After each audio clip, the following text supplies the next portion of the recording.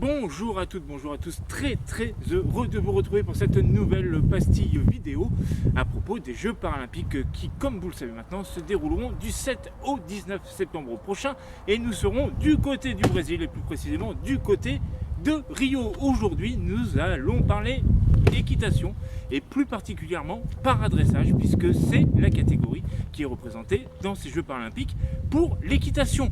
Au programme 10 épreuves individuelles et une épreuve par équipe. Ces épreuves individuelles se décomposent en deux épreuves en fait pour chaque catégorie. Il y a 4 catégories, de la plus lourde pour la catégorie 1 et 2 et pour les plus légères en termes de handicap, les catégories 3 et 4.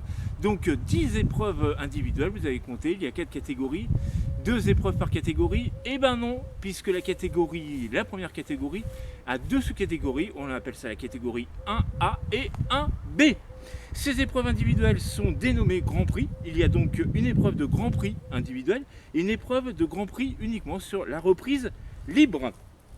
2 reprises sont imposées pour chaque cavalier pour le classement par équipe.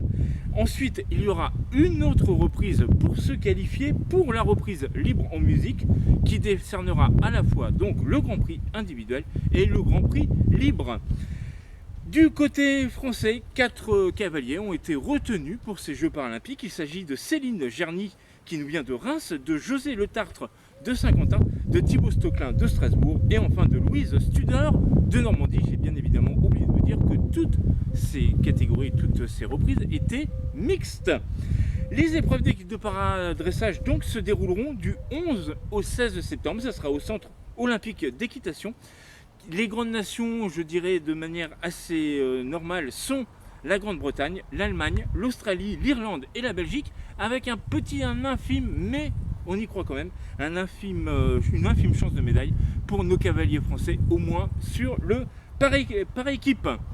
Voilà, cette petite vidéo sur l'équitation est maintenant terminée. On se retrouve très vite et on parlera